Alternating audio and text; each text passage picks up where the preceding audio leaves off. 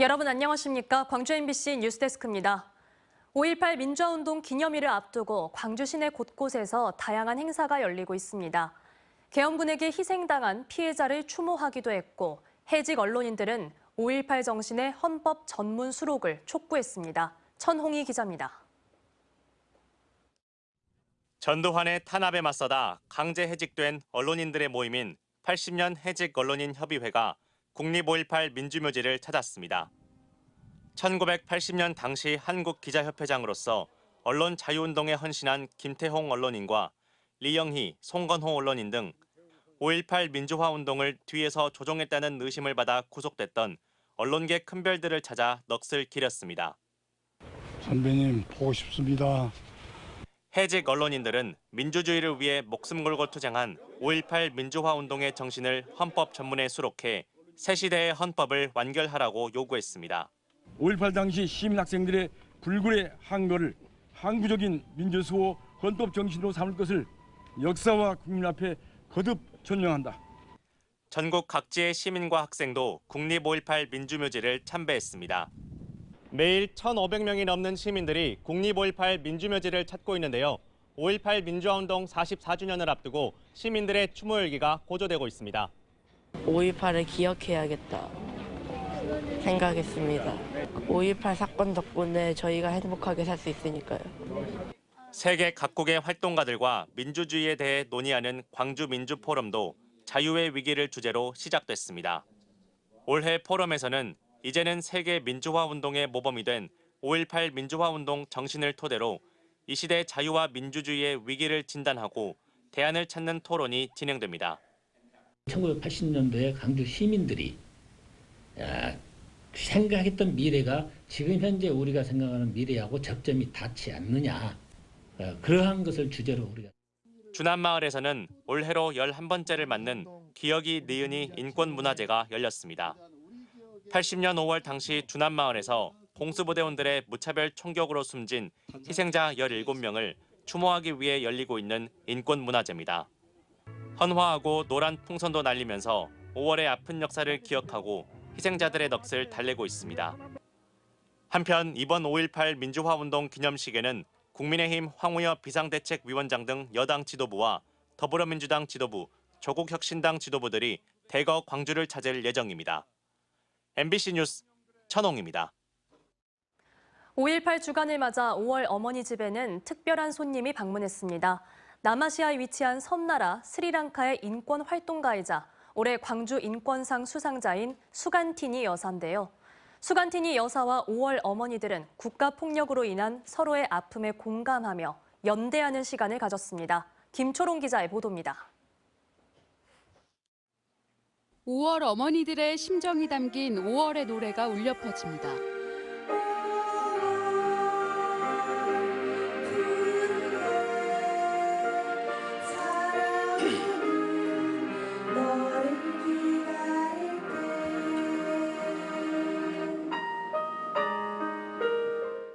(5월) 어머니들과 스리랑카의 인권활동가 수간티니 여사가 한자리에 모였습니다. 5월 어머니들은 남편이 계엄군에게 끌려가 고문당한 뒤 후유증으로 세상을 떠난 사연 등 자신들의 아픔을 털어놨습니다. 계엄군들이 5번, 10번씩 쳐들어와서 안전히 가정을 쑥대밭을 만들고 힘들었어요. 수간티니 여사도 국가폭력의 피해자입니다. 스리랑카 정부가 수십 년에 걸쳐 타밀족을 탄압하던 때 군에 의해 남편을 잃고 자신은 성폭행과 고문을 당했습니다. 하지만 이에 굴하지 않고 지금까지도 정부의 위협에 맞서며 2,600명의 회원이 있는 인권단체를 이끌고 있습니다. 5.18 기념재단이 수간티니 여사를 올해 광주 인권상 수상자로 선정한 이유입니다. அந்த அவார்டு எனக்கானதாக நான் கருதி கொள்ளவில்லை. என்னோடு இணைந்து பயணிக்கின்ற அனைத்து பெண்களுக்குமான அங்கீகாரமாகத்தான் நான் அதை கருதுகிறேன். ஆகவே தொடர்ந்து நாங்கள் மென்மேலும் எங்களோட இதுகளை விரிவுபடுத்தி எங்களது போராட்டங்களை மேற்கொண்டு வருவோம் விடுதலைக்காக. 이들은 짧은 대화 속에도 서로의 아픔에 공감하며 눈물을 흘렸습니다. அவர்களை பார்க்கும்போது எனது மனதுக்கும் நிறைவான ஒரு சந்தோஷத்தையும் மனதைரியத்தையும் ஏற்படுத்தி இருக்கிறது. 다른 문화권에서 살아왔지만 국가폭력으로 인한 피해와 아픔에 공감한 이번 만남. 이들에게 다시 나아갈 힘을 얻게 하는 연대의 시간이 됐습니다. MBC 뉴스 김초롱입니다.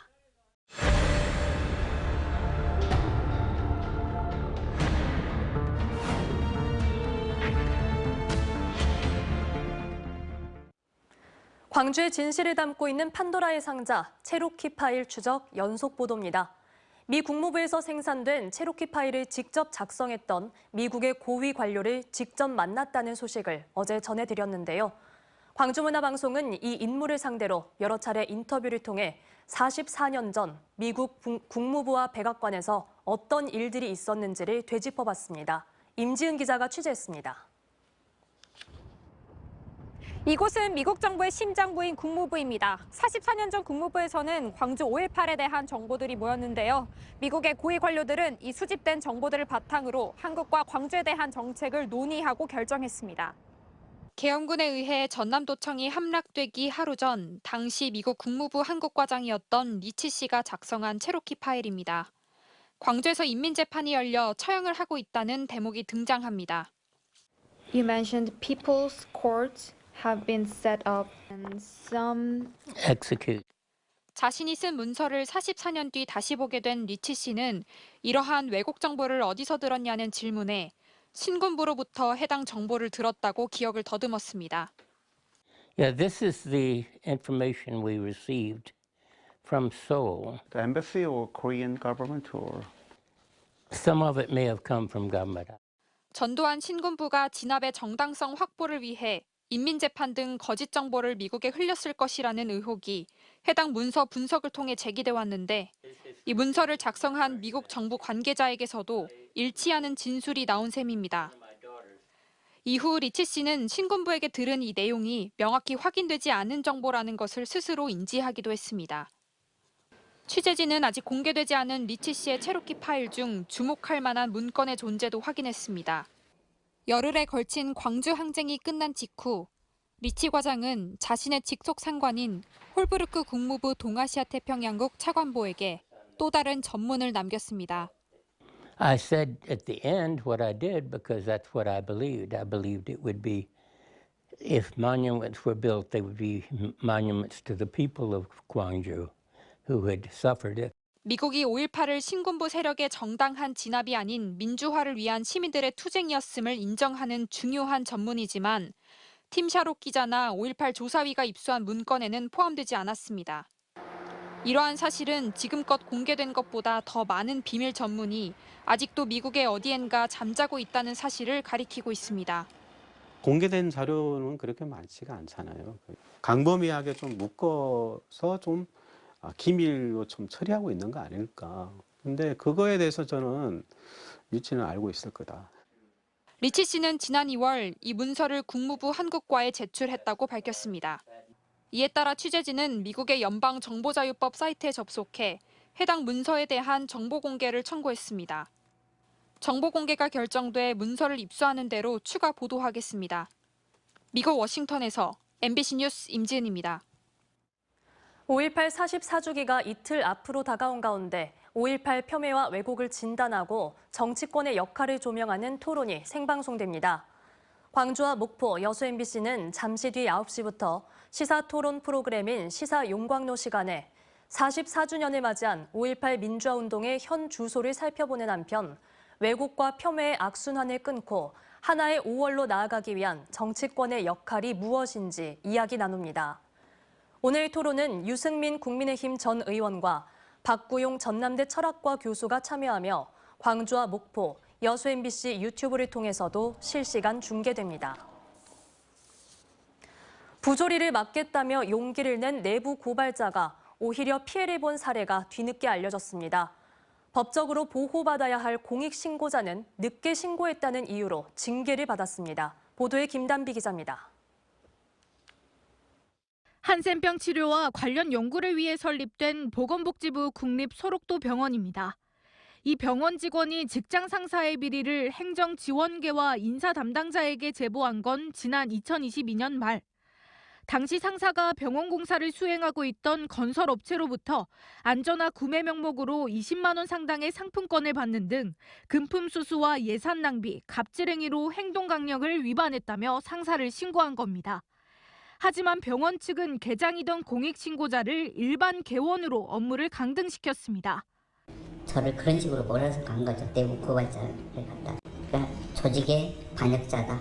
약간 이런 느낌? 최초 신고로부터 7개월 뒤에는 보건복지부로부터 견책이라는 경징계도 받았습니다. 늦게 신고했다는 게 이유였습니다. 보건복지부는 6개월이 지난 후 신고한 것은 신고 의무를 성실히 이행했다고 보기 어렵다고 판단했습니다. 또 신고 내용과 별개 사안이지만 공익신고자도 건설업체로부터 부적절한 편의를 제공받은 것으로 보인다며 징계 의결 이유를 덧붙였습니다. 단 사적 노무지시 위반은 아니라고 했습니다. 이런 일로 징계를 한다면은 만약에 사정이 있어가지고 불법신고를 즉각 하지 못한 경우에 나중에는 본인이 징계당할까 봐서 신고 자체를 하지 않는 그런 경우가 생길 수밖에 없습니다. 공익신고자 보호법에는 공익신고 관련 신고자의 범죄 행위가 발견된 경우 그 형을 감경하거나 면제할 수 있고 공익신고를 이유로 불이익 조치를 해서는 안 된다고 규정하고 있습니다. 저희 이제 누군가를 조직의 반역자로 보이기 시작하면 그 사람에게는 이 법이 통용되지 않도록 하는 경향이 많이 보이더라고요. 그래서 그러면 안 될 것 같고요. 금품 수수 등 혐의를 받은 피신고자는 3개월 정직을 받고 국립재활원으로 근무지를 옮겼습니다. MBC 뉴스 김단미입니다. 최근 여수에서는 내리막길을 달리던 승용차가 절벽 아래로 떨어지는 아찔한 사고가 발생했습니다. 해마다 이곳에서는 내리막길 관련 사고가 발생한다며 속도 단속을 강화해야 한다는 주장이 나옵니다. 최황지 기자가 취재했습니다. 하얀색 승용차 한 대가 내리막길을 달립니다. 우측으로 방향을 튼 승용차는 카페 주차장 난간을 들이받고 절벽 아래로 떨어집니다. 지난 11일 오전 11시쯤 여수 한제터널 인근 도로를 달리던 승용차가 7m 절벽 아래로 추락했습니다. 나무에 차량이 걸리면서 운전자는 크게 다치지 않았고 출동한 소방에 의해 안전하게 구조됐습니다. 경찰이 사고 원인을 조사 중이지만 인근 주민들은 내리막길 과속에 따른 사고라고 보고 안전 조치를 강화해야 한다고 주장합니다. 저 옆 건물을 또 받아서 또 옆 건물 또 이게 또 사고 난 적이 있습니다. 수차례 그 여수 경찰서와 그 여수시 교통과에 내리막에 대한 안전 조치를 요청했습니다만 한제터널부터 시작되는 내리막길은 겨울철이면 차량이 통제될 만큼 경사가 심합니다. 교통사고 분석 시스템에 따르면 한제로 1km 구간에서만 3년간 25건의 교통사고가 발생했습니다. 2021년엔 이곳을 달리던 탁송차가 전도돼 19명의 사상자가 났습니다. 이 사고로 과속 단속 장비가 설치됐지만 현장 단속에는 한계가 있습니다. 내리막길에서 가속을 붙인 차량들이 속도를 유지한 채 우회전합니다. 시속 40km의 과속 단속을 교묘히 피하는 겁니다. 사정이 이렇다 보니 여수시에는 해당 도로에서 과속을 단속해달라는 민원이 해마다 끊이지 않고 있습니다.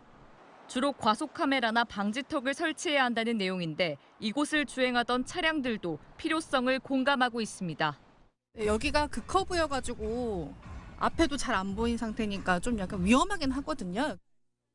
속도 때문에 그러겠죠. 브레이크 때문에. 과속 방지턱은 있으면 좋겠네요. 여수시는 도로 여건상 추가 과속 단속이 어렵다는 입장이지만 경찰과 함께 관련 논의를 이어가겠다고 답변했습니다. MBC 뉴스 최황지입니다. 지방 소멸을 막기 위해 지자체마다 주거와 일자리, 양육 등 정주 인구와 생활 인구를 늘리기 위해 만원 아파트와 같은 많은 정책을 내놓고 있습니다. 인구 3만의 지방도시 강진구는 빈집 리모델링과 국내 최고 수준의 육아수당 등 공격적인 정책을 펴고 있습니다. 박종우 기자가 보도합니다. 7살 아들과 갓 돌이 지난 딸과 함께 농촌 생활을 이어가고 있는 차종채 박고은 씨 부부. 부부를 꼭 빼닮은 두 남매는 동네에서 유일한 어린이입니다. 강진군이 지급하는 전국 최고 수준의 월 60만 원의 육아수당은 아이를 키우는 데 큰 보탬이 되고 있습니다. 애기 돌보기가 참 쉽지는 않은데 그래도 어느 정도 케어는 돼요. 애기 기저귀나 뭐 그런 거에도 많은 도움이 되고 생활비로도 그러고 네, 많이 도움이 됩니다. 지방소멸 위기 지역인 인구 3만의 강진군이 추진하고 있는 정책이 성과를 내고 있습니다. 지난 2022년 육아수당을 도입한 지 1년 만에 출생률이 65%나 늘었고 농촌 숙박 체험인 푸소는 농가당 1년에 최대 3천만 원의 수익과 함께 침체된 농촌의 활력소로 자리 잡았습니다. 더 젊어지는 그런 기분이 들어요. 힘들 때는 힘들더라도 이 애들하고 할머니하고 음식 맛있다 그리고 잘 먹으면 저는 너무 좋아요. 좋고 내가 이게 사는 보람이다. 빈집을 리모델링해 입주자에게 월세 10,000원의 집을 제공하고 집주인에게는 임대료 등을 최대 7천만 원을 지급하면서 거주민들의 만족도도 높아지고 있습니다. 네, 강진군의 지방소멸 대응 사업은 생활인구를 활성화하고 그다음에 지역 농가나 주민들의 소득을 늘려주는 등 매우 우수한 사례입니다. 반값 가족여행과 붉은 불파 등 관광과 소비를 늘리는 정책을 추진해 매출이 150% 증가하고 관광객도 늘어나고 있습니다. 전남 22개 지자체 가운데 재정 규모 19위 수준인 강진군.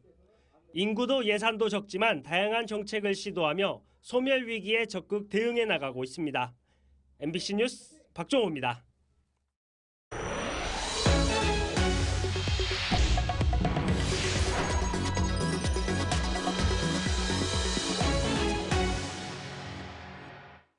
강기정 광주시장이 광주 군공항 이전을 위해 전남 무안 군민에게 편지를 보내기로 했습니다.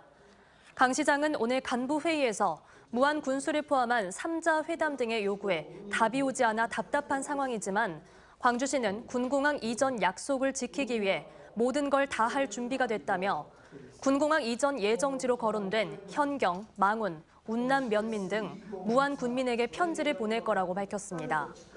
또한 강 시장은 지난달 군공항 이전 소음 대책 토론회에서 소음이 특별히 문제가 없을 거라는 사실을 무안 군민 등에게 보여줬다며 무안 군민의 마음이 예전보다 더 열렸으리라 기대한다고 덧붙였습니다.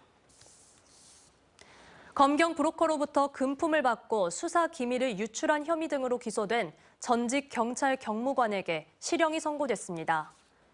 광주지법 형사 8단독 김용신 판사는 변호사법 위반 혐의로 기소된 전직 경무관 60살 장모 씨에게 징역 1년을 선고하고 4천만 원 추징을 명령했습니다. 언제 어디서나 내 손 안의 뉴스. 광주 MBC 뉴스 유튜브 구독으로 함께하세요.